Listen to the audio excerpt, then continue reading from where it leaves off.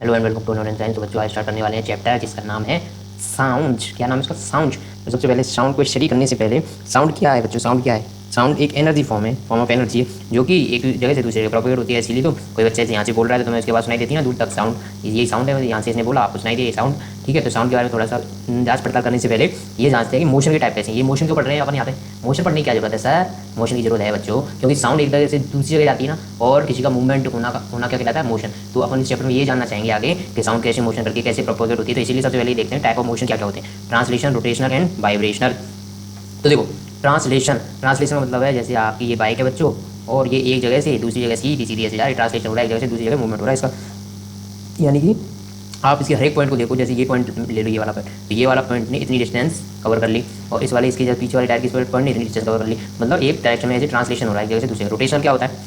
मतलब ये क्या होता है? एक पॉइंट के रेस्पेक्ट में, जैसे कोई भी पॉइंट ले लो इस बाइक का, उस पॉइंट के रेस्पेक्ट में सीधा सीधा मूवमेंट होता है, ये ट्रांसलेशन मूवमेंट हो गया। रोटेशन मूवमेंट होता है मतलब इसमें किसी एक्सिस, ये एक्सिस है, ये कोई एक्सिस है, उसके जैसे ये चारों तरफ ये पंखा है बच्चों, ये क्या पंखा है?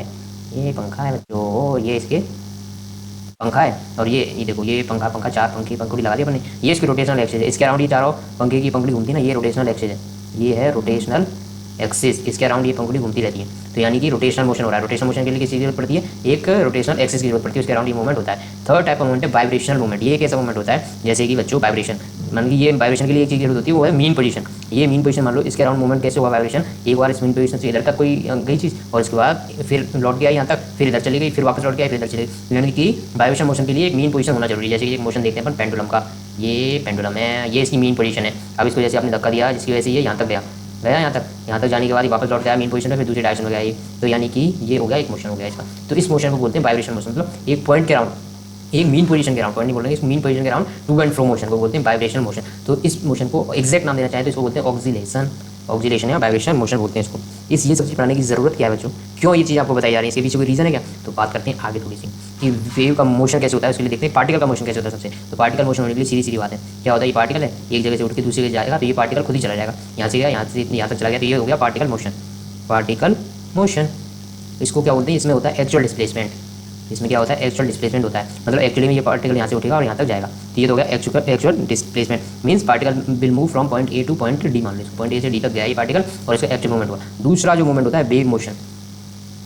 वेव मोशन जिसको भी अपन ने बोला था वाइब्रेशन मोशन। वेव कैसे मूव करती है? वाइब्रेशन मोशन के थ्रू, या जिसको बोल सकते हैं ऑक्सिलेटरी मोशन, ऑक्सीलेशन मोशन के थ्रू। इसमें क्या होता है? जैसे कि बहुत सारे पार्टिकल हैं, ये ऐसे वेव बना रहे हैं, ये इस पास में है। इसमें मोशन क्या होता है? यहाँ से क्या ट्रांसफर होता है? इसमें कोई पार्टिकल मूव नहीं होता, इसमें एक एनर्जी का ट्रांसफर होता है एक जगह से दूसरी जगह तक। जैसे इस पॉइंट से लेके इस पॉइंट तक एनर्जी का ट्रांसफर होता है। एनर्जी का ट्रांसफर किस फॉर्म में होगा कि यहाँ से क्या होगा? ये इसने वाइब्रेशन किया, वाइब्रेशन की वजह से ये अपनी पोजीशन से इधर गया, तो इसकी वजह से इस साथ वाले पार्टिकल को एनर्जी मिल गई। अब ये मोशन करेगा टू एंड फ्रो, इसकी वजह से इस साथ वाले पार्टिकल को एनर्जी मिल जाएगी। ऐसी वाइब्रेशन करते एनर्जी इस वाले पॉइंट से ए से लेके और लास्ट वाले पॉइंट बी तक पहुंच जाएगी। मतलब इसमें एनर्जी का ट्रांसफर होगा। पार्टिकल एक्चुअली में मूव नहीं किया है यहाँ पे बच्चों। जब पार्टिकल ये यहाँ पे था ना इनिशियल में, ये पार्टिकल मान लो इसको, तो ये यदि यहाँ पे था तो लास्ट तक ये यहीं पे रहेगा। इसने सिर्फ क्या किया? एनर्जी का ट्रांसफर। वो कैसे किया? किसने? अपने इस वाले मीन पोजीशन के अराउंड क्या वाइब्रेट किया, तो एक बार इधर गया तो इसकी वजह से साथ वाले पार्टिकल को एनर्जी मिल गई। फिर ये टू एंड फ्रो मोशन करेगा, साथ वाले को ऐसे एनर्जी मिलती जाएगी, और लास्ट तक ये एनर्जी ये वाइब्रेशन के थ्रू एक जगह से दूसरी जगह पहुंच जाएगी। मतलब इसमें क्या हुआ? No actual movement of particle, no actual displacement बोल सकते हैं।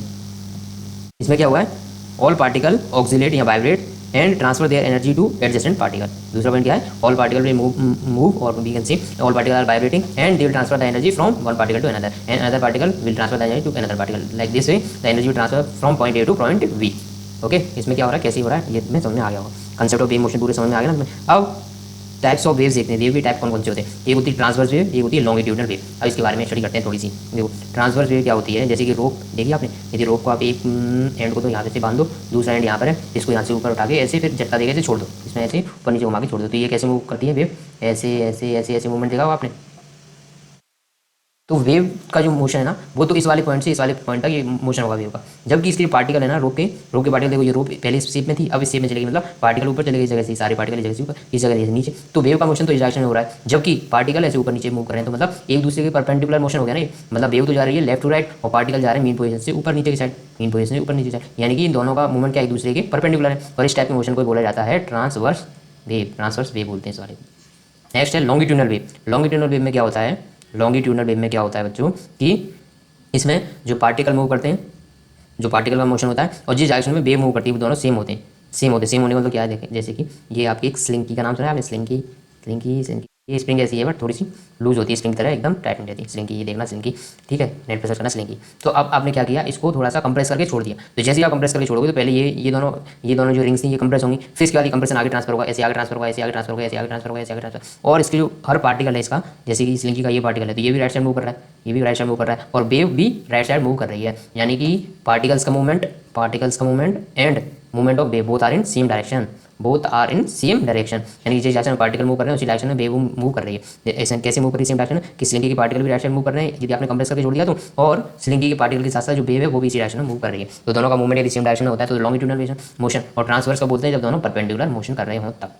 ओके बच्चों, अब देखते हैं types of wave according to medium of propagation. किस टाइप मतलब किसी वेव को मतलब एक जगह से दूसरे जाने के लिए मीडियम की जरूरत पड़ती भी है कि नहीं पड़ती है, उसके हिसाब से वेव को यदि डिवाइड किया जाए तो दो टाइप की वेव होती है, एक होती है मैकेनिकल, एक होती है नॉन मैकेनिकल वेव। इसमें क्या होता है मैकेनिकल वेव में material medium is required to motion.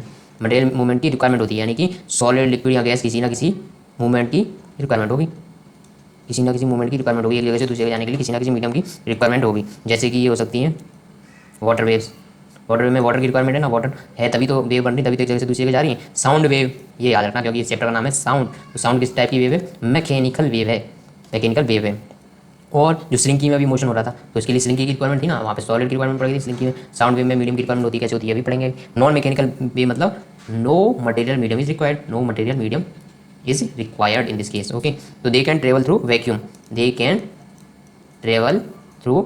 Vacuum, ये वैक्यूम में से भी जा सकती हैं। अब इस टाइप के मोशन करने वाली कौन कौन सी वेव्स होती हैं, radiation, electromagnetic wave, radio waves, ये सारी वेव्स ऐसी होती हैं कि इनको मोशन करने के लिए मीडियम की रिक्वायरमेंट नहीं है। तो इसका मतलब क्या मीडियम होगा तभी ये मोशन नहीं करेंगे, बिल्कुल करेंगे, बट इनको बिल्कुल करेंगे, मीडियम होगा तभी मोशन करेंगे, बट इनको मीडियम की ऐसा रिक्वायरमेंट नहीं है कि मीडियम रिक्वायरमेंट होना चाहिए, मीडियम होगा तभी मोशन करेंगे। विदाउट मीडियम भी मोशन करती है, मीडियम होगा तो भी इनको मीडियम की रिक्वायरमेंट नहीं है, बट मीडियम में मोशन कर सकती हैं। बच्चों थोड़ी सी परेशानी वैसे हल्की हल्की, ये जो हल्की हल्की नींद है ये तेरी पढ़ाई का किशोर है। अब देखते हैं साउंड वेव कैसे प्रोड्यूस होती हैं और कैसे प्रोपोगेट करती हैं साउंड वेव को। इसके लिए आपके एनसीईआरटी में दिया गया है एग्जांपल फॉग, ट्यूनिंग फॉग वाला। ये फॉग है, आपने क्या किया, ट्यूनिंग फॉग को ऐसे वाइब्रेट करा के छोड़ दिया, इसकी वजह से कैसे साउंड क्रिएट होती है वो देखते हैं। देखो इसके पास में मीडियम की यानी कि एयर के पार्टिकल होंगे। अच्छा जी, एयर के पार्टिकल लाई नहीं गए, वो तो एनवायरमेंट में रहते हैं। तो क्या करेगा ट्यूनिंग फॉग, क्या करता है, ये पास वाले जो एयर के पार्टिकल उनको कंप्रेस करता है, यानी कि ये दोनों पास पास आ जाएंगे। ये पास पास आ गए, अब क्या होगा, ये पास पास आने की वजह से क्या हुआ, जैसे कि सिल्की में क्या हो रहा था, सिल्की में यदि आपने इसको कंप्रेस कर दिया एक जगह से तो वो कंप्रेशन को ट्रांसफर कर रही थी ना, पहले ये वाला पार्ट कंप्रेशन में था, फिर ये वाला पार्ट रिलैक्स हो जाएगा, कंप्रेशन आगे ट्रांसफर हो जाएगा, फिर ये कंप्रेशन आगे ट्रांसफर, पीछे वाला पार्ट रिलैक्स होता जाएगा। तो इसी तरह से ट्यूनिंग फॉग को जब आप वाइब्रेट करके छोड़ देते तो इसकी वजह से साउंड क्रिएट होती है। वो कैसे होती है कि वो अपने पास वाले जस्ट पास वाले पार्टिकल्स को कंप्रेस करता है, क्या करता है, कंप्रेस करता है। अब क्या होगा, ये कंप्रेशन होगा, ये कंप्रेशन आगे बढ़ेगा, तो ये जो पीछे वाले पार्टिकल है वो रिलैक्स करेंगे, तो रिलैक्स करते हैं, रिलैक्स वाली पोजीशन को बोलते हैं रेरिफ्रैक्शन, और दूसरा जो कंप्रेस हो रहे हैं उनको बोलते हैं कंप्रेशन। तो इसमें दो तरह के फिनोमेनन चलते रहते हैं, एक तो होता है कंप्रेशन और एक होता है रेरिफ्रैक्शन, एक होता है कंप्रेशन, एक होता है रेरिफ्रैक्शन। और साउंड वेव किस टाइप की वेव होती है वो मैं आपको बताता हूँ। साउंड वेव होती है लॉन्गिट्यूडनल टाइप की wave and mechanical wave plus mechanical. ऐसा क्यों बोल रहा हूँ, देखो साउंड वेव को चलने के लिए मीडियम की रिक्वायरमेंट है। यदि यहाँ पे एयर नहीं होगी तो कोई भी कंप्रेशन रेडिफ्रैक्शन नहीं होगा, यदि मीडियम नहीं है तो साउंड प्रोपोगेट नहीं करेगी। यदि आपको वैक्यूम में ले जाए, वहाँ पे कोई एयर वगैरह नहीं है तो आप कुछ भी बोलते रहो, सामने वाला कुछ भी सुन नहीं पाएगा, एक दूसरे की बात नहीं हो पाएगी वहाँ पे। तो साउंड को ट्रैवल करने के लिए किसी जरूरत होती है, मीडियम की जरूरत होती है। अच्छा, कोई चीज़ जैसे दो क्या चीज़ है, कोई भी चीज़ ले लो, दो कोई अलग अलग चीज़ है तो आप बोलते हो कि एक की आवाज़ ज़्यादा आ रही है कि कम आ रही है। ऐसा क्यों होता है, क्योंकि एक की इंटेंसिटी ज़्यादा है, इंटेंसिटी ज़्यादा होने वाला वो ज़्यादा पार्टिकल कंप्रेस कर रही है, ज़्यादा कंप्रेशन हो रहा है वहाँ पे। तो कंप्रेशन फिर रेरिफ्रैक्शन, कंप्रेशन रेरिफ्रैक्शन, इसकी थ्रू तो साउंड वेव अपनी तक पहुँचती है, तो वो चीज़ ज़्यादा हो रही है वहाँ पे, इसलिए किसी की बात तेज दिखती है, किसी की बात कम दिखती है। इसके पीछे बहुत सारी चीज़ें हैं, वो अभी आप आगे पढ़ने वाले हो कि क्या क्या लॉजिक होते हैं, क्या क्या चीज़ें होती हैं, वेव्स की क्या कैरेक्टरिस्टिक होती हैं। जब कैरेक्टरिस्टिक पढ़ेंगे तो तुम्हें पता चलेगा एम्पलीट्यूड क्या होता है, इंटेंसिटी क्या होती है उसकी, जिसकी वजह से डिफरेंट साउंड डिफरेंट लगती है, किसी की आवाज़ भारी, किसी की पतली, किसी की तेज़, किसी की धीमी, ये सब चीज़ें अभी देखने वाले हैं। तो अभी देखते हैं साउंड वेव प्रोपोगेट कैसे होती है। तो देखा ना आपने क्या होता है, जैसे आपने ट्यूनिंग फॉग को यहाँ पे वाइब्रेट किया तो इसके साथ वाले, इसके पास वाले पार्टिकल पहले कंप्रेस हुए, फिर रिलैक्स हुए, रिलैक्स वाली पोजीशन बोलते हैं रेरिफ्रैक्शन, यानी कि उनके बीच में डिस्टेंस बढ़ गई। उसके बाद यदि पहले क्या हो रहा है, कंप्रेस होने की वजह से डिस्टेंस कम हो गई, मैंने पास पास आ गए, जब पास पास आ गए तो उस पोजीशन बोलते हैं कंप्रेशन, जब दूर दूर चले गए तो उसको बोलते हैं रेरिफ्रैक्शन, कंप्रेशन रेरिफ्रैक्शन, कंप्रेशन रेरिफ्रैक्शन, कंप्रेशन रेरिफ्रैक्शन। ये करते करते जो साउंड वेव है एक जगह से दूसरी जगह पहुँच जाती है, इस तरह से मूवमेंट होता है। अब ये बताओ, कोई आपसे पूछ ले कि एक्सप्लेन करके बताओ कि साउंड वेव को मूवमेंट करने के लिए ये साउंड की मतलब मीडियम की रिक्वायरमेंट होती है। मैं पानी पी नहीं रहा।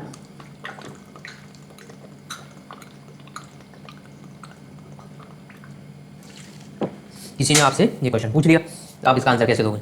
साउंड वेव को प्रोपेगेट होने के लिए मीडियम की रिक्वायरमेंट होती है, इसको एक्सप्लेन करो। तो आप क्या करना, कुछ मत करना, आप क्या करना, कुछ मत करना, बोल देना मुझे नहीं आता। अरे नहीं, ऐसा मत करना यार, ऐसा मत बोलना। अननोन साइंस से पढ़ रहे हो यार तुम, ऐसा करोगे हैं? नीट की तैयारी तुम करने आ रहे हो, अननोन साइंस से करने आ रहे हो ना, तब ऐसी बात बोलोगे कौन सी? 9-10 तो पढ़ा रहा हूँ मैं आपको, पर मेरा एक्चुअल काम तो फिक्स पढ़ाने का है। वहाँ पे तुम इस वाले क्वेश्चन का आंसर नहीं दे पाओगे तो कैसे चलेगा यार? तुम इसलिए फिक्स पढ़ रहे हो तो बड़ी बेइज्जती वाली बात हो जाएगी मेरे लिए। ऐसा मत करना। आप बताना कि देखो आप क्या करो, उनको बताना, मैं पूछे आपसे प्रूव करने के लिए बोले, तो आप क्या करना, एक बोतल लो, बोतल में पूरा अरेंजमेंट होना चाहिए एकदम ढंग से, उसमें एक इलेक्ट्रिक बेल लटकाओ नीचे, घंटी, ठीक है, ये कॉर्ड से इसको पूरा सील पैक कर दो एकदम, और इसके साथ में एक अरेंजमेंट होना चाहिए वैक्यूम का, यानी कि इसके अंदर से एयर निकालने का वैक्यूम पंप होना चाहिए।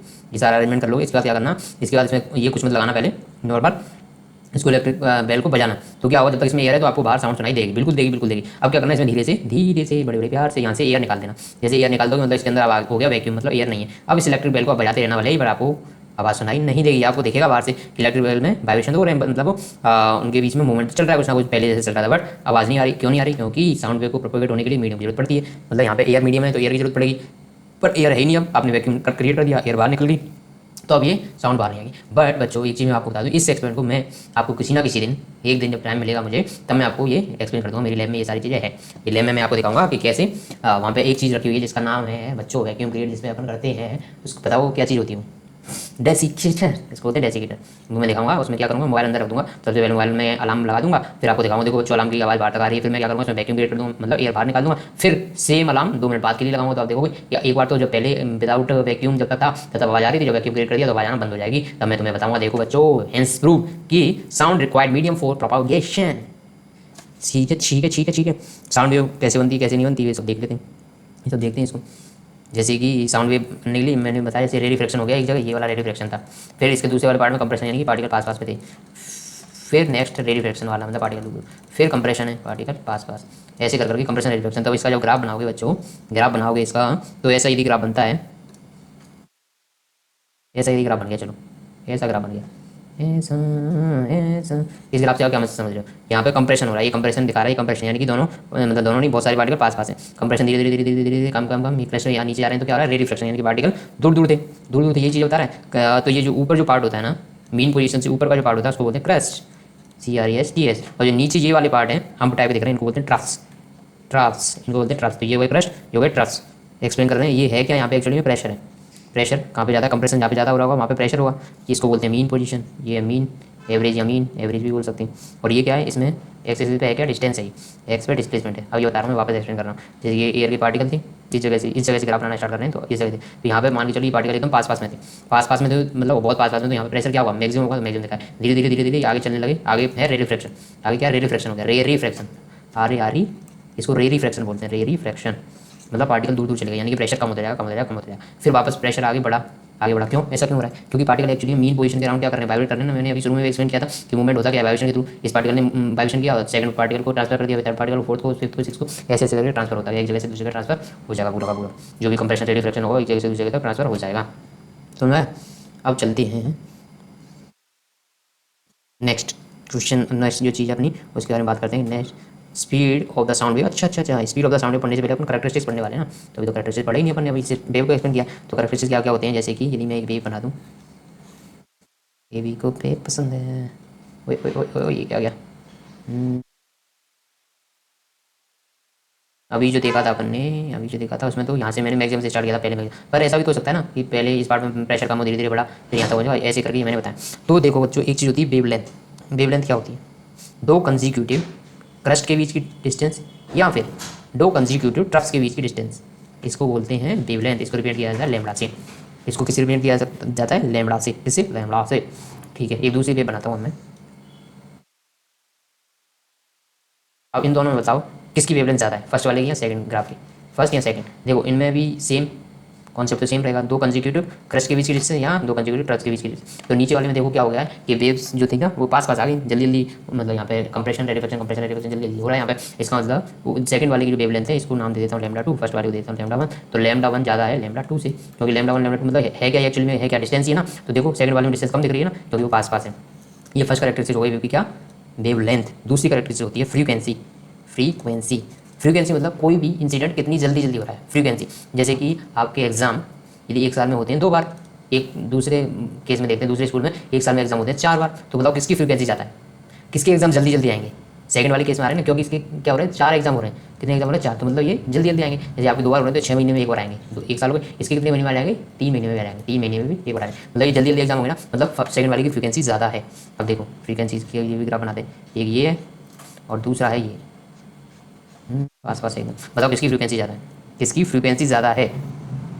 देखो ये यहाँ तक पहुँचे बच्चों, ये यहाँ तक पहुँचे, तो इसने सिर्फ एक क्रस्ट तक पहुँचा, एक ट्रफ तक पहुँचा, फिर क्रस्ट तक पहुँचने वाला था, यहाँ तक पहुँच गया। तो देखो ये सिर्फ एक यहाँ तक एक वेव ऐसे करके कंप्लीट हो गई, जबकि इस केस में देखो 1 एक क्रस्ट आ गया, एक ट्रफ आ गया, एक क्रस्ट आ गया, एक ट्रफ, एक क्रस्ट, एक ट्रफ, क्रस्ट, एक ट्रफ, मतलब कितनी जल्दी जल्दी सारे फिनोमेना हो गए इसमें, इतनी जल्दी जल्दी crest trough crest trough crest trough आ गए। तो मतलब यदि इसकी फ्रीक्वेंसी न्यू वन थी, इसकी न्यू2 थी, तो न्यू2 इज ग्रेटर देन न्यू1, दिख रहा है ना, साफ साफ दिख रहा है ना, दिख रहा है ना साफ साफ। इन दोनों में मैं पूछ लूँ फर्स्ट और सेकंड में, जिसकी अपनी लैम्बडा की बात करी, तो जिसमें लैम्बडा फर्स्ट वाले केस में लैम्बडा ज़्यादा था, पर फ्रीक्वेंसी किसकी ज़्यादा होगी, न्यू2, यानी कि सेकंड वाले केस में, इसमें भी सेकंड वाले केस में फ्रीक्वेंसी ज़्यादा होगी फर्स्ट वाले केस से। क्यों? क्योंकि इंसिडेंट जल्दी जल्दी हो रहा है, इसमें जल्दी जल्दी क्रस्ट जल्दी जल्दी आ रहे हैं ना, उसमें लेट आ रहे हैं बच्चों, उसमें लेट आ रहे हैं, ये याद रखना, अभी कॉन्सेप्ट याद रखना, लेट और जल्दी बोल रहा हूँ बार बार, लेट और जल्दी याद रखना इस कॉन्सेप्ट को। यदि फ्रीक्वेंसी ज़्यादा है, फ्रीक्वेंसी ज़्यादा है, इसका मतलब कोई इंसिडेंट कितना कैसे हो रहा है, जल्दी हो रहा है, जल्दी यानी कि टाइम कम लग रहा है, टाइम लग रहा है कम। टाइम पीरियड क्या होता है हमें बताओ, टाइम पीरियड क्या होता है, टाइम पीरियड होता है एक वेव को पूरा होने में जितना टाइम लगता है उसको बोलते हैं टाइम पीरियड, मतलब पूरा होने का मतलब एक क्रस्ट से ट्रफ तक गई, फिर वापस क्रस्ट तक ऐसे करके आ गई, तो इसमें जितना टाइम लगा उसको बोलते हैं उसका टाइम पीरियड, उसको क्या बोलते हैं टाइम पीरियड। यहाँ फिर आप यदि यहाँ से स्टार्ट करते हो तो यहाँ से ये स्टार्ट हुई, ये यहाँ पे गई और यहाँ तक आई, यहाँ तक आई, तो इसमें एक क्रस्ट और एक ट्रफ, ये दोनों चीज़ हो जानी चाहिए, तो ये क्रस्ट हो गया, ये फिर इसका ट्रफ हो गया, फिर ऐसे ऊपर गई और ये ट्रफ तक यहाँ तक आ गई। तो इसमें इस पॉइंट तक आने में जो टाइम लगा वो फर्स्ट केस में ज़्यादा हुआ या सेकंड केस में ज़्यादा हुआ, बताओ। यदि ये दोनों केस, ये फर्स्ट है ये सेकंड है, बताओ। जिसकी फ्रीक्वेंसी ज़्यादा है उसमें टाइम लग रहा है कम, मतलब फ्रीक्वेंसी और टाइम पीरियड एक दूसरे के इन्वर्सली प्रोपोर्शनल हैं, यानी कि न्यू इक्वल टू 1/t। यदि टाइम ज़्यादा लग रहा है तो इसकी फ्रीक्वेंसी है कम। देखो सीधी बात है यार, इसमें मैंने जो अभी एग्जाम्पल लिया था, यदि आपके एग्जाम एक साल में 4 बार होते हैं, 4 बार होते हैं तो मतलब वो जल्दी जल्दी आएंगे, हर 3 महीने में आ जाएंगे। यदि 2 बार होते हैं तो 6 महीने बाद आएंगे, तो बताओ किस केस में टाइम ज़्यादा है, किस केस में टाइम ज़्यादा है। जिधर फ्रीक्वेंसी कम है उधर टाइम ज़्यादा है, और जिधर फ्रीक्वेंसी ज़्यादा है उधर टाइम कम है, मतलब दोनों एक दूसरे के इन्वर्सली प्रोपोर्शनल है। एक चीज़ होती है एम्पलीट्यूड, एक कैरेक्टरिस्टिक्स है वेव का एम्पलीट्यूड। एम्पलीट्यूड का मतलब है मीन पोजीशन से पार्टिकल कितनी दूर गए। इसमें मीन पोजीशन से यदि इतनी दूर गए पार्टिकल, इतनी दूर, दूसरा मैं ग्राफ बनाता हूँ ये रहा, इसमें देखो, इसमें ये ऐसा ग्राफ बना, इसमें मीन पोजीशन से सिर्फ इतनी दूर गए, तो जो ये वाला केस है, फर्स्ट वाला केस है, इसको सेकंड यदि मैं मान लूँ, तो फर्स्ट वाले केस में एम्पलीट्यूड ज़्यादा है, इसका एम्पलीट्यूड यदि A1 है और इसका A2 है, तो A1 is greater than A2, तो एम्पलीट्यूड फर्स्ट केस में ज़्यादा है, किससे, सेकंड केस से। एम्पलीट्यूड क्या होता है कि पार्टिकल मीन पोजीशन से कितना दूर गए, वो होता है एम्पलीट्यूड। अब देखते हैं speed of sound wave. Speed क्या होती है, डिस्टेंस अपॉन टाइम। डिस्टेंस अपन इस केस में क्या लें, डिस्टेंस अभी तक अपने जो भी पढ़ी है वो क्या पढ़ी, वेवलेंथ की फॉर्म में पढ़ी है ना, 2 कंसेक्यूटिव क्रस्ट या 2 कंसेक्यूटिव ट्रफ्स के बीच की डिस्टेंस को बोलते हैं वेवलेंथ। तो यहाँ पर डिस्टेंस लेते हैं वेवलेंथ को, यदि वेवलेंथ को डिस्टेंस लिया है तो 2 कंसेक्यूटिव ट्रफ्स और क्रस्ट के बीच में डिस्टेंस को तो बोलते हैं लैम्डा, यानी कि वेवलेंथ, और उनके बीच में जो टाइम लगता है, दो कंसेक्यूटिव ट्रफ्स या 2 कंसेक्यूटिव ट्रफ्स के बीच में किसी वेव को ट्रैवल करने में जितना टाइम लगता है उसको बोलते हैं टाइम पीरियड। यहाँ से स्पीड क्या आ गई, स्पीड यानी कि वी से रिप्रेजेंट करें उसे, नहीं करें, वी से कर लें, वेलोसिटी, वी से कर देते हैं, वी वेलोसिटी, तो लैम्डा अपॉन टी हो गई। अभी अपन ने देखी थी एक बात, न्यू इक्वल टू 1/t होता है, न्यू इक्वल टू 1/t होता है, तो यहाँ से यदि 1/t को न्यू रख दें तो velocity equal to lambda nu हो जाएगी ना। न्यू और वी में देखो क्या अंतर है, वी तो होता है ऐसा सीधा, क्योंकि न्यू ऐसे करके बस थोड़ा सा घुमा दो इसको, पूरा मिला देना, ये तो गलत हो गया, थोड़ा सा न ऐसे करके घुमा दो, ये होता है न्यू, तो वेलोसिटी क्या होगी, लैम्डा न्यू, फॉर्मूला क्लियर हो गया ना, v equal to lambda nu. अब देखते हैं कैरेक्टरिस्टिक्स ऑफ साउंड वेव। अभी तक जो कैरेक्टरिस्टिक्स देखे थे 4 कैरेक्टरिस्टिक्स कौन कौन से थे, फ्रीक्वेंसी थी, एम्पलीट्यूड था बच्चों, फ्रीक्वेंसी हो गई, एम्पलीट्यूड हो गया, और क्या था, 2 चीज़ें और क्या थी, फ्रीक्वेंसी, यहाँ पे क्या पढ़ा था, रे रिफ्लेक्शन नहीं, रे रिफ्लेक्शन तो हाँ, रे रिफ्लेक्शन, और ये क्या होता है, ये तो क्लियर हो गया ना। प्रेशर, ये ग्राफ किसके बीच में, ये वेव नहीं जा रही, ये क्या है, प्रेशर और टाइम डिस्टेंस के बीच में ग्राफ है, प्रेशर और टाइम पीरियड पढ़ लिया, कोई दिक्कत नहीं, एम्पलीट्यूड पढ़ लिया, वेवलेंथ पढ़ ली, फ्रीक्वेंसी पढ़ ली, तो अब तक ये 4 कैरेक्टरिस्टिक पढ़ ली किसकी, वेव्स की। कौन कौन सी, वापस एक बार, फर्स्ट पढ़ी थी वेवलेंथ, 2 कंसेक्यूटिव यहाँ ट्रफ्स के बीच की डिस्टेंस, उसके बाद पढ़ी फ्रीक्वेंसी, कोई इंसिडेंट कितनी जल्दी बार हो रहा है होती है फ्रीक्वेंसी, जितनी ज़्यादा जल्दी हो रहा है उतनी फ्रीक्वेंसी ज़्यादा होगी। थर्ड पढ़ रहे हैं पढ़ा अपन ने टाइम पीरियड, फोर्थ पढ़ा अपन ने एम्पलीट्यूड, ये सारी चीज़ें पढ़ ली, कोई दिक्कत नहीं है। अब characteristics of sound wave, sound wave की क्या कैरेक्टरिस्टिक्स होते हैं ऑफ साउंड वेव। पहला कैरेक्टरिस्टिक्स है पिच। पिच डिपेंड करती है फ्रीक्वेंसी पर, जितनी ज़्यादा फ्रीक्वेंसी उतनी ज़्यादा पिच, फ्रीक्वेंसी ज़्यादा, फ्रीक्वेंसी का न्यू से रिप्रेजेंट करते हैं न्यू, जितनी फ्रीक्वेंसी ज़्यादा उतनी पिच ज़्यादा, यानी कि यदि न्यू ज़्यादा तो श्रिलनेस ज़्यादा, यानी कि कर्कश आवाज़ है, श्रिलनेस ज़्यादा यानी कि कर्कश आवाज़ है। लड़कियों की आवाज़ जो होती है ना, लड़कियों की आवाज़ कर्कश होती है, बच्चों कैसी होती है, कर्कश, उनकी फ्रीक्वेंसी ज़्यादा होती है, मतलब वैसे भी बोलते हैं ना, जल्दी जल्दी बोलती है, मतलब उनकी वेव जैसे जल्दी जल्दी जाती है, जल्दी ट्रैवल करती है, जल्दी ट्रैवल करेंगी तो उनकी पिच ज़्यादा होती है, और पिच ज़्यादा होती है मतलब उनकी आवाज़ कर्कश होती है, अच्छी नहीं होती। जबकि कर्कश होती है उनकी आवाज़, वॉइस की आवाज़ में क्या होता है, उनकी फ्रीक्वेंसी होती है कम, फ्रीक्वेंसी कम, इसका मतलब डीप वॉइस होती है, डीप, बहुत भारी नहीं बोल सकते, डीप बोल सकते, deep voice, pitch, okay, pitch number 1। दूसरी कैरेक्टरिस्टिक होगी साउंड की लाउडनेस। लाउडनेस, कोई जल्दी तेज बोलो जैसे देखो बच्चों ध्यान से पूरा पढ़ो इसको, दूसरे बोलो देखो बच्चों इसको आराम से पढ़ो। मतलब यदि एम्पलीट्यूड ज़्यादा तो वॉइस होगी लाउड, एम्पलीट्यूड कम वॉइस होगी सॉफ्ट। थर्ड है टिम्बर, ये क्या होता है क्वालिटी, टिम्बर क्या होता है क्वालिटी, ये होता है नेचर ऑफ साउंड,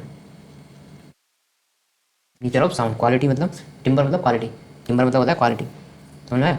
टिम्बर मतलब होता है क्वालिटी। यदि क्वालिटी जैसे हर किसी की साउंड अलग अलग होती है ना, आप पहचान लेते हो तुरंत ही कि इसकी साउंड है, ये इसकी साउंड है। जैसे कि जो कोई इंस्ट्रूमेंट ले लो, तबले की आवाज़ अलग होती है, ढोलक की आवाज़ अलग होती है, हारमोनियम की आवाज़ अलग होती है, तो सारी चीज़ों की आवाज़ अलग अलग होती है। तो ये किस चीज़ पर डिपेंड करता है टिम्बर पर, यानी कि क्वालिटी, किसी की क्वालिटी कैसी है वो उसके हिसाब से, मतलब दो वॉइस को डिस्ट्रीब्यूट करना हो तो उनकी क्वालिटी कैसी होती है अलग अलग होती है, उसी बेसिस पर आप डिस्ट्रीब्यूट करते हो दोनों बीच, तो मतलब उनका टिम्बर डिफरेंट है। इंटेंसिटी, इंटेंसिटी को मेजर किया जाता है डेसिबल में, और ये प्रोपोर्शनल होती है ए स्क्वायर की, मतलब जितना ज़्यादा एम्पलीट्यूड होगा उतनी ज़्यादा इंटेंसिटी भी होगी। इंटेंसिटी होती है energy, sound energy per unit surface area, per unit area, मतलब कितनी साउंड एनर्जी किसी पर्टिकुलर एरिया से पास हो रही है उसको बोलते हैं इंटेंसिटी। जितनी ज़्यादा साउंड एनर्जी एक पर्टिकुलर, जैसे एरिया तो सेम है पर इससे ज़्यादा से ज़्यादा साउंड एनर्जी पास हुई, इसको यदि मैं लाइन को डिपेंड करूँ उनकी इंटेंसिटी से, तो इसमें सिर्फ 2 लाइन पास हुई, क्योंकि यहाँ पे सेम एरिया से 4 लाइन पास हो गई, तो किसमें इंटेंसिटी ज़्यादा सेकंड में। यदि sound energy per unit area होती है इंटेंसिटी, यदि पर यूनिट एरिया यानी कि सेम एरिया से ज़्यादा साउंड पास हो रही है तो उसकी इंटेंसिटी ज़्यादा होगी, ये डिपेंड करता है इंटेंसिटी। यदि एम्पलीट्यूड ज़्यादा तो इंटेंसिटी भी ज़्यादा होगी। अब देखते हैं law of reflection of sound wave. Sound wave की लॉ ऑफ रिफ्लेक्शन क्या होती है, तो इसके लिए क्या करते हैं, ये 2 पाइप बनाए मैंने, ये पाइप, ये पाइप, ये पाइप, ये पाइप, ये बनाया अपन ने नॉर्मल, नॉर्मल बना दी। अब जैसे यहाँ से कोई साउंड जा रही है, यहाँ से कोई साउंड जा रही है, तो यहाँ से ये टकरा के, ये एक दीवार है कुछ भी, यहाँ से टकरा के दूसरी पाइप में जा रही है। तो यदि आपको मैक्सिमम साउंड जो इसके अंदर गई वो पूरी की पूरी आपको सुननी है, तो आपको ये वाला एंगल आई और ये वाला एंगल आर दोनों सेम रखने पड़ेंगे, तभी अच्छी सुनाई देगी। क्यों, ऐसा क्यों होता है, क्योंकि जब साउंड रिफ्लेक्ट करती है तो angle of incident equal to angle of reflection, जितने एंगल पे साउंड इंसिडेंट करती है उसी एंगल पे रिफ्लेक्ट भी करती है, यानी कि इससे इधर जिस एंगल पे साउंड गई है उसी एंगल पे वापस भी आएगी। पर आप देखते हो कि ऐसा यहाँ पे कुछ भी रखा आपने, आवाज़ करने में मोबाइल रख दिया, पर आप यदि यहाँ पे रहते हो तब भी आपको मोबाइल की आवाज़ सुनाई देती, बिल्कुल देखिए बच्चों, क्योंकि सिर्फ इसी डायरेक्शन में ट्रेवल नहीं करी ना, साउंड तो इसी डायरेक्शन में ट्रेवल करके आपको उसी की आवाज़ सुनाई दे जाएगी। बट ऐसा करो, एक कमरे में मोबाइल रख दो और ऐसे पाइप लगाओ वहाँ पे, ठीक है, और दूसरे कमरे में एक होल बना के ऐसे करके साउंड को सुनो। अब देखना आप कि एक पर्टिकुलर एंगल पे इसको रखोगे, जब angle i equal to angle r हो जाएगा तभी आपको इस मोबाइल की आवाज़ सुनाई देगी, क्योंकि दोनों के बीच में तो दीवार है, वैसे डायरेक्ट आवाज़ आ नहीं सकती, इसी के थ्रू आवाज़ आ रही है, मतलब पाइप के थ्रू आ रही है, तो पाइप के थ्रू तभी आएगी जब angle i equal to angle r हो जाएगा। तो साउंड क्या कहती है, साउंड के रिफ्लेक्शन का लॉ क्या कहता है, angle of incidence is equal to angle of reflection, यानी कि angle i equal to angle are.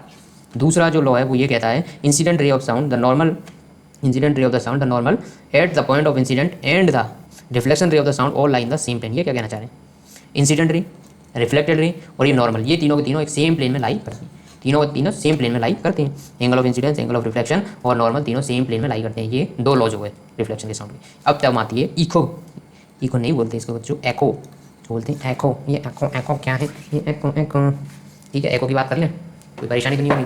तो देखो बच्चों, आप माउंटेन में जाना, पहाड़ों में जाना, आप ये वादियाँ, क्या बात है, वादियाँ याद आ गई आपको, पहाड़ों में जाना और वहाँ पे चिल्लाना बच्चों, सर हम पागल थोड़ी नहीं चिल्लाएंगे, हाँ बच्चों माउंटेन में जाओगे ना तो पागल बन जाओगे, कुछ लोग तो सिर्फ चिल्लाने के लिए जाते हैं वहाँ पे। अच्छा, फिर ऐसे बोला जाता है कि पहाड़ों में चिल्लाने पे यदि आप चिल्लाते हो तो आप कितनी भी टेंशन में हो वो टेंशन दूर हो जाती है।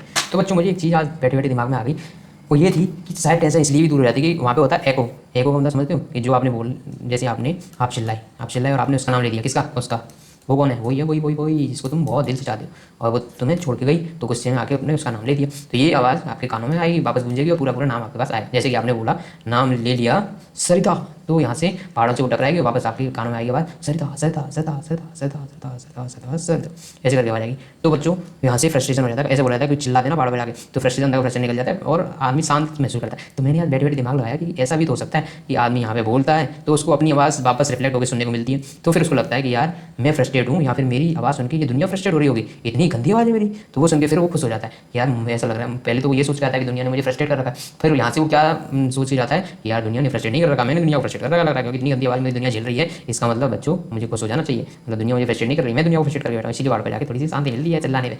ये तो वही मजाक की बात। एक्चुअल में होता क्या है, एक्चुअल में होता है कि आप जो भी साउंड यहाँ से बोलते हो, जो भी नाम लेते हो, जैसे आपका नाम है, आपका नाम कोई भी राहुल नाम है, राहुल आपने तेजी से चिल्लाया तो पहाड़ों से वो आवाज़ टकराती है और टकरा के वापस आ जाती है, मुझसे टकरा गई बाद मुद्दत के वो, और पहले के जैसा नशा छा गया। तो पहले के जैसा नशा कैसे छा जाता है, समझ में आया, तो टकराएगी और आपके पास आएगी वापस, वापस आ जाती है, कैसे आ जाती है वापस। इसको बोलते हैं एको, मतलब साउंड का पूरी की पूरी साउंड का वापस आ जाना, इसको एको बोला जाता है। क्या बोला जाता है, एको। एक दूसरी चीज़ होती है जिसको बोलते हैं रिवर्बरेशन, क्या बोलते हैं रिवर्बरेशन, शॉर्ट में इसको बोलते हैं रिवर्ब, क्या बोलते हैं रिवर्ब। तो देखो एक चीज़ बताता हूँ, इको होने के लिए ई को बोलते हैं ना रिपीट। एको, एको होने के लिए बच्चों, एको होने के लिए ये बताओ, एको होने के लिए मिनिमम कितनी डिस्टेंस होनी चाहिए ताकि एको हो।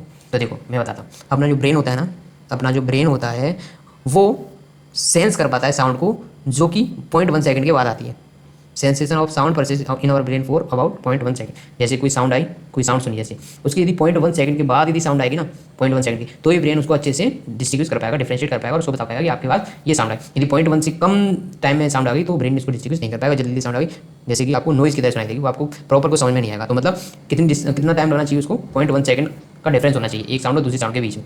ओके, एको में हो क्या रहा है, एक और साउंड सुनाई दे रही फिर वापस सुनाई देगी, मतलब इनके बीच में कितना डिफरेंस होना चाहिए, मिनिमम 0.1 सेकंड, तभी आपको एको सुनाई देगी। अब आप अपन क्या निकालना चाह रहे हैं, मिनिमम कितनी डिस्टेंस हो ऑब्जेक्ट के और ये पहाड़ों के बीच में जहाँ से आवाज़ रिफ्लेक्ट होकर आ रही है, उनके बीच में कितनी डिस्टेंस हो तब आपको एको सुनाई देगा, वो निकालना चाह रहे हैं। तो देखो अपने को पता है distance equal to velocity into time, तो देखो वेलोसिटी यानी कि साउंड की वेलोसिटी कितनी होती है, 344 मीटर पर सेकंड होती है अराउंड, और टाइम कितना लगना चाहिए, 0.1 सेकंड, ताकि अपने को प्रॉपर्ली आवाज़ सुनाई दे सके, क्योंकि 0.1 सेकंड से जल्दी यदि कोई साउंड आ जाती है तो अपने को सुनाई नहीं देती। यानी कि यहाँ से यदि वैल्यू निकाली 34.4 मीटर आई, ये 30.4 कितनी ये मीटर आई है, बट ये डिस्टेंस नहीं है, ये वाली डिस्टेंस नहीं है। तो ये क्या है, देखो एक बार साउंड यहाँ से यहाँ तक गई फिर वापस आई, फिर वापस आई, मतलब इधर वाली डिस्टेंस डी, इधर वाली डिस्टेंस डी, मतलब 2D की वैल्यू है ये, कितना 34.4 2D की वैल्यू। तो यहाँ से यदि डी की वैल्यू निकालते हो तो 17.2 मीटर आती है। तो मिनिमम इतनी डिस्टेंस होनी चाहिए तब आपको इको सुनाई देगा।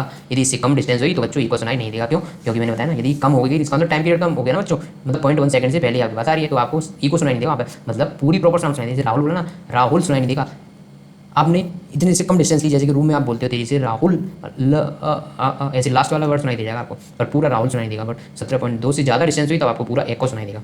तो जो मैं दूसरी चीज़ बता रहा हूँ, यदि आप रूम में बोलते हो तो आपको जो चीज़ सुनाई देती है उसको बोलते हैं रिवर्बरेशन।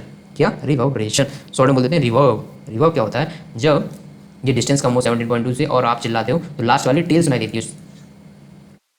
जैसे कि आपने नाम लिया माधव, माधव, तो आपको सुनाई देगा ओ ओ, नहीं है वो भूत नहीं, आपकी आवाज़ सुनाई दे रही है, आप कहीं समझ लगा वो की आवाज़ आ रही है तो भूत बोल रहा है, नहीं भूत नहीं है वो क्या है कि 17.2 से कम डिस्टेंस है तो वहाँ पे इको सुनाई देता है, रिवर्बरेशन होता है। अब इसको ये अच्छा नहीं होता है, जैसे आप सिनेमा हॉल में बैठे हो और रिवर्बरेशन हो रहा है वहाँ पे, तो हर कोई भी डायलॉग बोला जा रहा है और लास्ट वाला टेल उसको सुनाई दे रहा है, तो अच्छी बात नहीं है। रिवर्बरेशन होना चाहिए कम से कम। रिवर्बरेशन को कम करने के लिए method of reduction of reverberation है। तो आप यदि किसी भी कमरे में बैठे तो वहाँ पे ज़्यादा से ज़्यादा फर्नीचर भरो, जिसकी वजह से क्या होगा कि आपकी साउंड वहाँ पे आपने एक बार बोल दी तो एब्जर्व हो जाएगी, तो आपको रिवर्बरेशन सुनाई देगा। और दूसरी वहाँ पे कारपेट बिछाओ फ्लोर पे कारपेट बिछाने से क्या होगा कि वो एब्जर्व कर लेगा साउंड को। और बहुत सारी ऐसी चीज़ें वहाँ पे लगा के रखनी चाहिए जो साउंड को एब्जर्व कर लेती है, ताकि आपको रिवर्बरेशन सुनाई नहीं दे। साउंड एब्जॉर्बेंट मटेरियल लगाने पड़ेंगे आपको, जैसे कि फाइबर बोर्ड, रब प्लास्टर और ड्रेपरीज, ये सारी चीज़ें होती हैं जो यूज़ करी जाती हैं साउंड के एब्जॉर्प्शन के लिए, यानी कि रिवर्बरेशन को कम से कम करने के लिए। ठीक है बच्चों, समझ में आया ना बच्चों? कोई साउथ नहीं है बच्चे। अब बात करते हैं रिफ्लेक्शन की, बात करेंगे, बड़ा एक चीज़ बात करते हैं, फ्रीक्वेंसी ऑफ साउंड वेव जो अपन सुन पाते हैं जनरली 20 हर्ट्ज से 20 किलो हर्ट्ज, 20 हर्ट्ज से 20 किलो हर्ट्ज, ये रेंज होती है ह्यूमन ईयर की, इतनी अपन सुन पाते हैं सब। यदि इससे कम यदि फ्रीक्वेंसी है, 10 किलो हर्ट्ज से कम फ्रीक्वेंसी है, तो इसको बोलते हैं इंफ्रा साउंड या इंफ्रासोनिक साउंड। यदि 20 किलो हर्ट्ज से ज़्यादा फ्रीक्वेंसी है, 20 किलो हर्ट्ज से ज़्यादा फ्रीक्वेंसी है, तब उसको बोलते हैं अल्ट्रासोनिक साउंड या अल्ट्रासाउंड बोलते हैं इसको, अल्ट्रासोनिक साउंड या अल्ट्रासाउंड। यदि इससे ज़्यादा फ्रीक्वेंसी है तो अल्ट्रासाउंड और इससे कम फ्रीक्वेंसी है तो अल्ट्रासोनिक साउंड। है ना? रेंज ऑफ ईयर कितनी है? 20 हर्ट्ज से 20 किलो हर्ट्ज। पर जो बच्चे होते हैं ना, छोटे बच्चे जो होते हैं ना बच्चों, वो क्या करते हैं, वो थोड़ी सी कम साउंड भी सुन लेते हैं। ठीक है, जैसे डॉग्स हुए ना, डॉग्स वो 25 किलो हर्ट्ज तक भी आवाज़ सुन लेते हैं, 25 किलो हर्ट्ज तक। और जो छोटे बच्चे होते हैं वो थोड़ी सी साउंड फ्रीक्वेंसी जिनकी जो होती है वो 20 हर्ट्ज से थोड़ी सी कम, मतलब इनसे कम, यदि 20 हर्ट्ज से भी कम साउंड है तो वो थोड़ा सेंस कर पाते हैं। पर जैसे जैसे अपन बड़े होते जाते हैं अपनी रेंज कम होती जाती है बच्चों, क्योंकि कान पक जाते हैं अपने सारी चीज़ें सुन के, ये दुनियादारी की चीज़ें जो किसी काम की तो नहीं, फालतू चीज़ें, इनको सुन के क्या हो जाता है, कान पक जाते हैं बच्चों। कान पक जाएंगे तो क्या होगा कि अब अपनी रेंज कम होती जाती है, 20 हर्ट्ज से 20 किलो हर्ट्ज हो जाती है, जो कि बचपन में 20 हर्ट्ज से कम की भी साउंड सुनाई दे रही थी। फिर धीरे धीरे और एज बढ़ती जाएगी तो ये रेंज और कम हो जाएगी, 20 से 30 हो सकता है कि 30 हर्ट्ज से कम की सुनाई नहीं दी आपको, और 20 की बोल रहे हैं तो 90 किलो हर्ट्ज से ज़्यादा सुनाई नहीं दी आपको, ऐसा भी हो सकता है। मतलब रेंज धीरे धीरे कम हो जाती है। अब देखो अल्ट्रासाउंड कुछ एनिमल्स होते हैं प्रोड्यूस करते हैं, जैसे कि बैट बीएडी बैट मीन्स बल्ला नहीं, वो बैट नहीं, खेलने वाला बैट नहीं, ये है चमगादड़। ये क्या करती है, अपने मुंह से निकलती है अल्ट्रासाउंड निकालेगी, यहाँ से अल्ट्रासाउंड गई, फिर ये किसी से टकराई, जैसे कोई यहाँ पे इसका शिकार था, इससे टकराएगी, लौट के वापस आएगी, इसको पता चल जाएगा आगे शिकार है इतनी दूरी पे, और इसको जाके खा जाएगी। ये मतलब ये देखो आंख बंद करके चलती है जिंदगी में, इसने ये डिसीजन लिया कि मैं जब भी चलूँगी आंख बंद करके चलूँगी। और जो चूहे होते हैं ना वो भी बहुत सारे गेम खेलते हैं, बट कैसे गेम खेलते हैं, वो अल्ट्रासाउंड का यूज़ करके गेम्स खेलते हैं आपस में। और अल्ट्रासाउंड बहुत सारे और चीज़ें होती हैं वो अल्ट्रासाउंड प्रोड्यूस करती हैं जो कि आपको काम आता है। अर्थक्वेक जो होते हैं ना वो सबसे पहले लो फ्रिक्वेंसी की इंफ्रासोनिक शॉक वेव्स प्रोड्यूस करते हैं। तो एनिमल्स होते हैं कई सारे वो 20 हर्ट्ज से कम की फ्रीक्वेंसी की भी साउंड भी सुन लेते हैं। तो आपने देखा होगा कि भूकंप आने से पहले जो अपने एनिमल्स होते हैं वो चौकन्ने हो जाते हैं, सांप वगैरह बाहर निकलने स्टार्ट हो जाते हैं। सब क्यों होता है? सांप कैसे काम करते हैं? वाइब्रेशन पे, फ्रीक्वेंसी वाइब्रेशन पे। तो उनको वाइब्रेशन पहले से पता चल जाता है कि कुछ होता है, कुछ होने वाला है, तो वो पहले से ही अलर्ट हो जाते हैं और अपने को पता चल जाता है। यदि हम ढंग से उनके बिहेवियर को समझते हैं तो आपको भी पता चल जाएगा कि इतनी बेचैन क्यों हो रहे हैं। इतना बेचैन हूँ मैं ये भूकंप देख कर। तो बच्चों अल्ट्रासाउंड का क्या क्या यूज है? बहुत सारे यूज है, उनको अपन देखेंगे बहुत सारे यूजों को। तो अल्ट्रासाउंड किसे बोलते हैं? Frequency higher than 20 kilohertz. 20 kilohertz is known as ultrasound, इसको अल्ट्रासोनिक साउंड बोलते हैं। इनका क्या होता है? पेनिट्रेटिंग पावर हाई होती है। पेनिट्रेटिंग पावर यानी कि भेदन क्षमता, यानी कि किसी के अंदर ये दूरी तक जा सकती है, किसी के अंदर ज़्यादा डेप्थ तक जा सकती है। अल्ट्रासोनिक की ये खास बात होती है। ये एक मेटल ब्लॉक तक को पेनिट्रेट कर सकती है, मेटल ब्लॉक को भी पेनिट्रेट कर सकती है, इतनी ज़्यादा पेनिट्रेशन पावर होती है इसकी। तो इनकी एप्लीकेशन क्या क्या है देखते हैं। नंबर 1 एप्लीकेशन होगा कि ये क्या करती है? हार्ट की इमेज बना देती है। हार्ट की इमेज बना देती है, जिससे क्या हो जाता है? हार्ट में कोई भी प्रॉब्लम है तो ये एक इमेज बना के तैयार कर देगी। यदि कोई भी प्रॉब्लम है तो आपको दिख जाएगी फिर वहाँ पे। इसी को बोला जाता है कार्डियोग्राफी। इससे क्या होता है कि हार्ट की इमेज मिल गई आपको, इसमें कोई प्रॉब्लम है तो वो पता चल जाएगी और इसका आसानी से ट्रीटमेंट पॉसिबल है। और अल्ट्रासाउंड का यूज होता है बहुत सारे इंटरनल ऑर्गन्स के इमेज बनाने के लिए, जैसे लिवर हो गया, किडनी हो गई, यूट्रस हो गया, इन सारी चीज़ों की इमेज बना देता है अल्ट्रासाउंड की मदद से। इनकी इमेज मिल जाती है, इनमें कोई डिफेक्ट है समझ में आ जाता है, कोई भी एबनॉर्मलिटी है समझ में आ जाती है और इसका ट्रीटमेंट पॉसिबल हो सकता है। फीटस की ग्रोथ के लिए, फीटस प्रॉपर्ली ग्रो हो रहा है कि नहीं यूट्रस में, फीटस प्रॉपर्टी यानी कि जो छोटा बच्चा नहीं बोल सकते उसको फीटस ही बोलेंगे, जो माँ के बूम में ग्रो हो रहा है, यूट्रस में ग्रो हो रहा है एक्चुअली में, तो उसके में कोई डिफेक्ट तो नहीं है, प्रॉपर्ली ग्रो हो रहा है। इसीलिए अल्ट्रासाउंड की एडवाइस दी जाती है किसी द्वारा, डॉक्टर के द्वारा, कि आप इसका हर 3 महीने में 2 महीने में अल्ट्रासाउंड कराओ ताकि आपको पता चले कि आपका जो फीटस है प्रॉपर्ली ग्रो हो रहा है कि नहीं।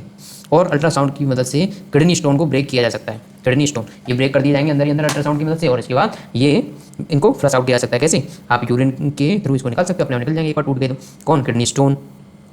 मशीन पार्ट में कोई भी डिफेक्ट है, इलेक्ट्रॉनिक कंपोनेंट के इंटरनल पार्ट में कोई भी डिफेक्ट है, इन सारे मशीन डिफेक्ट को भी डिटेक्ट किया जा सकता है अल्ट्रासाउंड की हेल्प से। क्योंकि मैंने भी क्या बताया था, इनकी पेनिट्रेटिंग पावर इतनी होती है, पेनिट्रेटिंग पावर की मेटल ब्लॉक से भी निकल जाते हैं, तो डिफेक्ट भी पता चल जाएंगे। कैसे पता चलेगा अभी देखते हैं वो तो। देखो, और इसका यूज़ किया जा सकता है मशीन पार्ट को जहाँ पर अपने हाथ से नहीं पहुँचा जा सकता उनको क्लीन करने के लिए, क्लीनिंग ऑफ मशीन पार्ट। क्यों? जैसे कई इलेक्ट्रॉनिक पार्ट्स होते हैं इनके हाथ से यहाँ पर नहीं पहुँचा जाता, कॉर्नर पे जैसे कई ऐसे पार्ट है जहाँ तक नहीं पहुँचा जाता, तो आप क्या करोगे? इनको सॉल्यूशन में डालोगे प्रॉपर्ली, जिससे जो क्लीन करते हैं, फिर इसमें अल्ट्रासोनिक वेव्स पास कराओगे। अल्ट्रासोनिक वेव्स क्या करेंगे? जहाँ पे भी कॉर्नर पे भी साफ करना हो वहाँ पे जाके साफ कर देती हैं। फ्लॉज वगैरह यदि पता करने हो किसी मशीन पार्ट में। और इसका लास्ट एप्लीकेशन हो जाएगा sonar. Sound navigation and ranging. Sound navigation and ranging ये क्या काम करता है?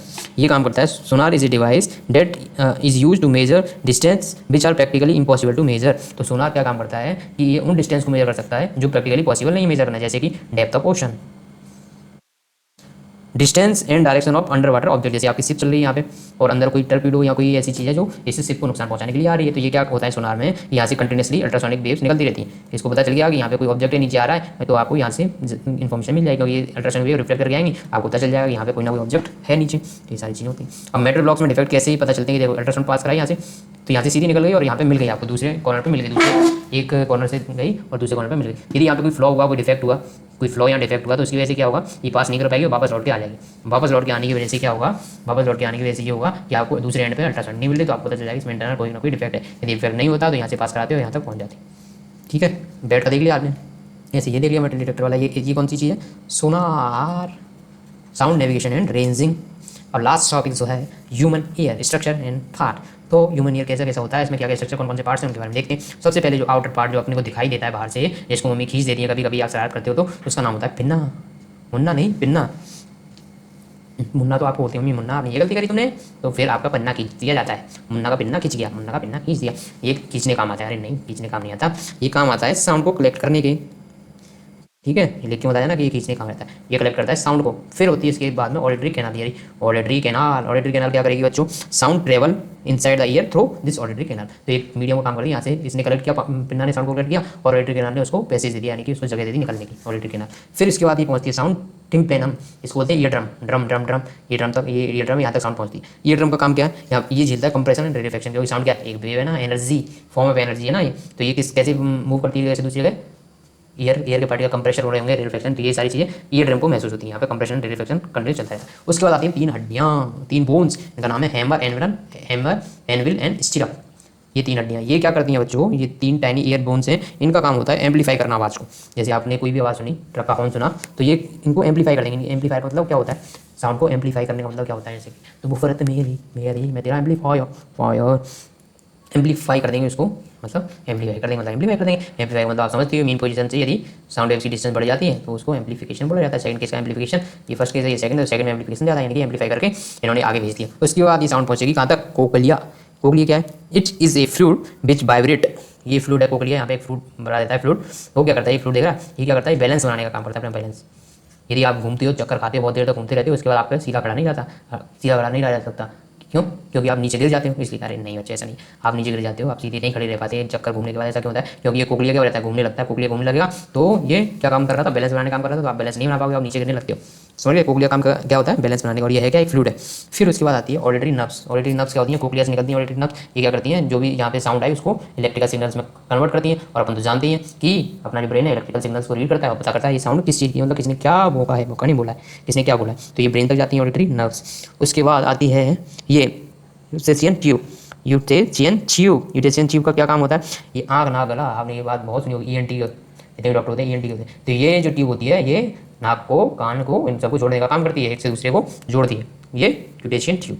ये एक इनको यूटेशियन ट्यूब गोज टू थ्रोट की तरफ जाती है और ये आपस में जोड़ने का काम करती है, नाक को कान को, सुना है, तो ये जोड़ने का काम करती है। बड़ी क्या बोले इसको, क्या संज्ञा दी जाए, जो जोड़ता है, ये सबसे बड़ी दोस्त है सब इनकी, किसकी, आँख नाक गले की सबसे बड़ी दोस्त है ये, ठीक है, ये नोज थ्रोट की, क्योंकि एक दूसरे को इनसे जोड़ने का काम कर रही है, एक से दूसरे को सबसे खोलने का काम यही कर रही है। ठीक है तो बच्चों, साउंड्स खत्म हो चुका है, थैंक यू सो मच। इसके में होंगे वो मैं नेक्स्ट इसमें करा दूंगा, कोई भी डाउट बचा होगा तो कमेंट बॉक्स आपके लिए खुला हुआ है। Thank you so much, bye bye.